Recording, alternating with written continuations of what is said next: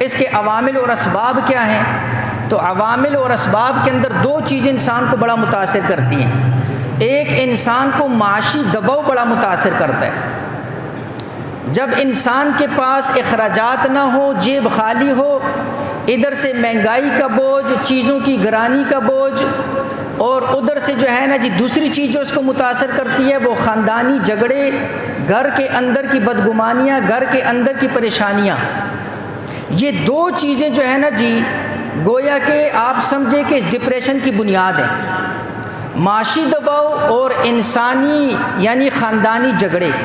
یہ دو چیزیں انسان کو بہت زیادہ متاثر کرتی ہیں اور انسان کے اندر روح کو کھوکھلا کر دیتی اور انسان کو روحانی طور پر کمزور کر دیتی۔ لہٰذا اور تیسری چیز علماء نے لکھا جو رئیسی کسر ہے وہ آج کے سوشل میڈیا نے پوری کر دی۔ جب وہ میڈیا کے اوپر دیکھتا ہے کسی بندے کی لائف سٹائل، اس کا زندگی گزارنے کا طریقہ بہت اعلیٰ ہے، بہت بڑے بڑے گاڑیوں کے اندر گھوم رہا ہے، چمکتی گاڑیاں ہیں، بڑے بڑے بنگلے ہیں، بڑے بڑے خوبصورت صوفے لگے ہوئے ہیں اور بیڈ لگے ہوئے ہیں، یہ چیزیں آج کے نوجوان کو بہت زیادہ متاثر کرتی ہیں۔ اور جب وہ ان چیزوں کو دیکھتا ہے تو وہ احساس کمتری کا شکار ہوتا ہے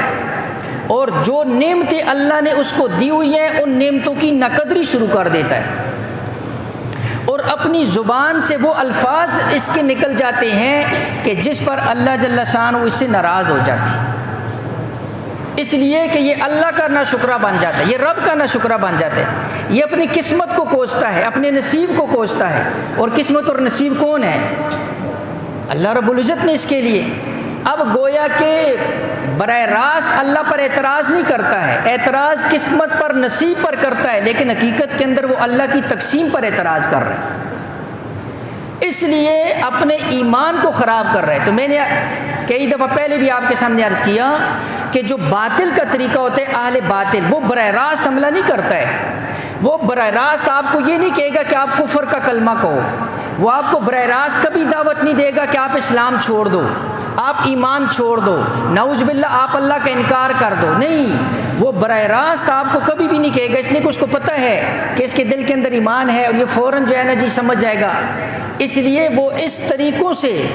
مختلف طریقوں سے جو ہے نا جی وہ آپ کو اللہ رب العزت سے بدظن کرتا ہے۔